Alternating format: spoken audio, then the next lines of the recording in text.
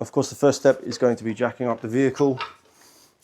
If your pinch rods are messed up, you can go from the chassis bracing or somewhere sufficient enough. But again, it's not recommended. First thing I do, put a jack stand underneath. And you want to do that as soon as possible, really. It can save your life. So, you know, a lot of people think it's stupid or whatever, but at the end of the day, if we've all got kids and stuff we need to get to or whatever, you don't want to be messing around under here and trying to explain that you nearly died. So, and then you want to drop it down onto the jack. And then as soon as it does, a little bit of tension on that one. So now I've got double support. Next step, 21 mil and a Milwaukee gun of some type. And just buzz off the wheels, pretty easy. You always want to take off the tire and put it underneath the front. This gives you another layer of protection. This is the arm we're going to be taking off. There's going to be essentially 5 bolts to this procedure. Okay, so that's going to be the first bolt that we want to take out. This is a 17 millimeter. And that is pretty dirty, so that can stay there for now. That's all right. The next 2 bolts are going to be just underneath here. These 2, which are 19 mils, and then these 2 at the back, which are 14 mils. I'd recommend doing these 2, then these 2, and the caster arm bush bolt. Let me get this out, and then we'll show you. I'll remove all the bolts, and I'll show you how to go. So now we've got this bolt down, this bracket down, and then the 2 underneath are off. The method is kind of a bit silly, but I will try my best to show you. So essentially we want to get a pry bar of some sort, and you essentially want to go like this. There's a little, you'll find a little spot for you to go off. I believe it's under here. Okay, now you want to bend that down, all right? Now this isn't the best method to do it. It is kind of hard to do with one hand. Now you've bent that down. This should pop down. Now you might have to get a little hammer and hammer this down, but there is something that's holding this in place, all right? All right, now your bush is out. Just keep prying this away.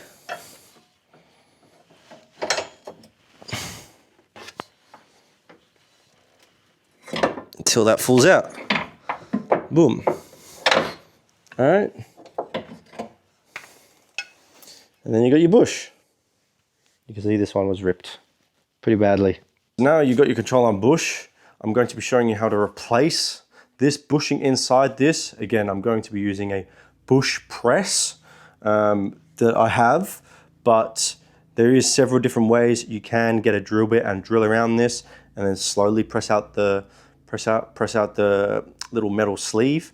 It's up to you how you want to do it. If you're just replacing the whole arm with aftermarket, then you'd probably just follow the same steps back. I'll show you how to do that at the end of the video. But for now, I'm going to show you how to press out and press in a new bearing. So this is the kit that I've got. All right, it kind of works something like this. And then you have a nut on top and you just sort of press 2 sleeves in. You press 2 sleeves in together. So obviously that goes in like that. And then it'll sort of push the bush out, all right? So you can either find sockets that are like this size. You can use a vise to push it out. There's lots of different ways, all right? It's actually not that hard to think about, but I think a bush kit is worth it, and that's why I've got one. So that is pretty spot on, okay? See that? That's pretty equal. And we're going to pretty much bang that on there, bang that on there, bang that on there, all right? And then bang that on there.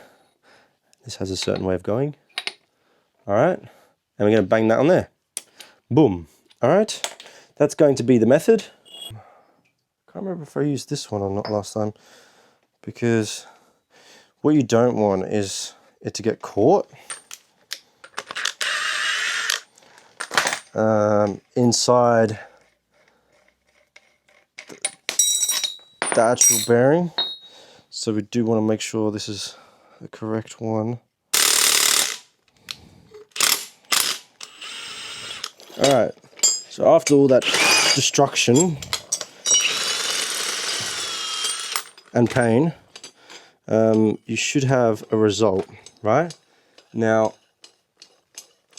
this isn't the final result because you may have won the war by pressing that bush out, but now we have this problem.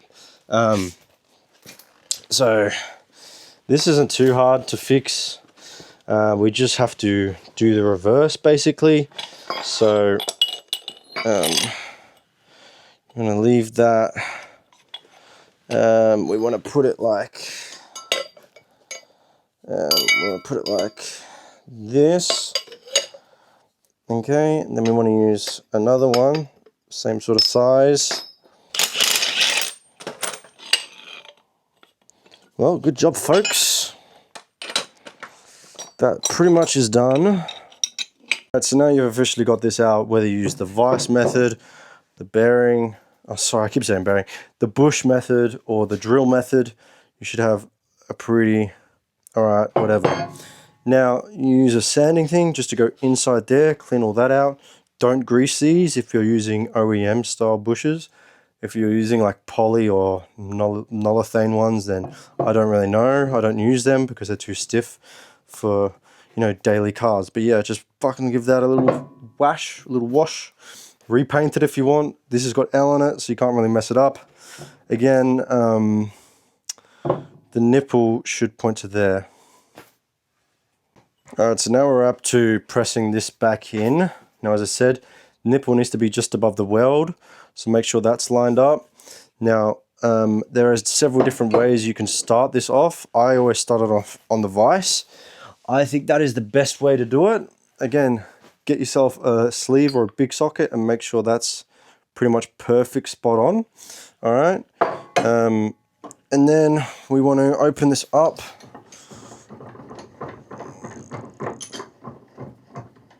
Open this up to about there. Grab this. Again, make sure that nipple is lined up. That is very important. Bang that on there. Needs to be opened up a bit more. Okay, when that starts to go in, you can start to, then we can fuck around with it.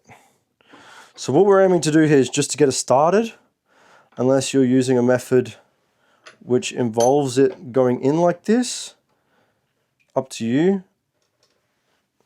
But I don't really like using that method because you'll find that it bends. And I'll show you an example. So that is not really what you want. Now you can fix this by going in once you've started it. Again, you have a certain amount of space before you have to start thinking about sockets really. So we can sort of go around here and be nice to the bush, if you want to be.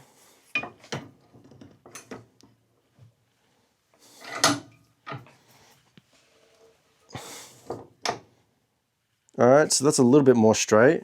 Okay, so now we've got this started, it's going to be pretty easy to use the bush press again.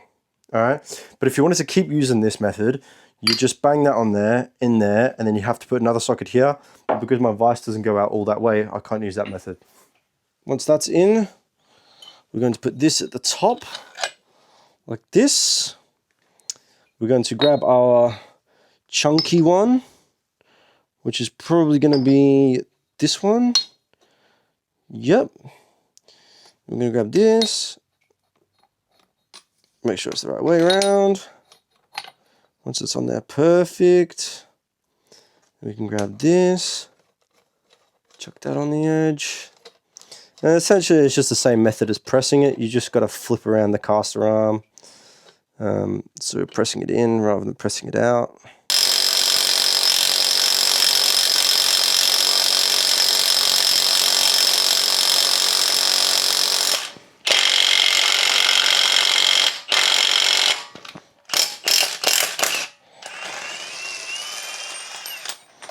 Alright, once that's off, obviously we want to check this because you may have pressed it a bit too far. Obviously the nipple is lined up here correctly. All right, so we also want to check this. The nipple is lined up to the weld, just above the weld, as I said before. This looks pretty well in there now. There's not really any other issues I can see. So let's go put it back in the car. The first step is to obviously get your control arm, make sure it's pointing up the right way. You can tell that because this side is flat and that side is not flat. So that goes in underneath here, and then it will wrap around in there, okay? Now this is going to be very difficult to show you, but I will try my best. Obviously that little, call it a little fucking penis looking thing, that needs to slip inside the caster arm bush. Obviously underneath here there's a little slotted section, see there, where these two holes line up. Do these two bolts first before even worrying about that bolt, okay? That is the main idea here. These two bolts first, and then we want to put this just onto the edge of the little fucking cock, and then we can actually start putting this all back together. So that's the method, bro.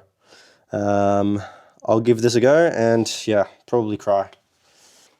All right, so just a quick one when you finally finished torquing all the stuff down, like while the car's in the air, obviously you want to bring the car down, and you don't want to torque the bolt while there's no load on the bush yet. So you want to bring the car down on its normal load, and then because you want to prevent preloading the bush and having it prematurely rip. I did this in my MP300 when I was doing the rear shocks, and both the rear shocks, the upper bushes are gone. They are pulley, but anyways. The caster arm bush bolt is about 119 Newton meters, and the two bolts that are closer to the ball joint are apparently 250. So just bear in mind. But once you've done all those, obviously torque your wheels up, which are about 110 Newton meters, give or take, and then go for a drive, come back. You might need to re-torque the bush after like 5,000 Ks, something like that. That's something I always do with all the bushes I do. But that's going to be it, guys. So if you did like this video, hit the like button. Check out the full playlist of the IS200. And yeah, if you want to keep watching this series, keep watching the series. I come out every single week with a new video. Peace.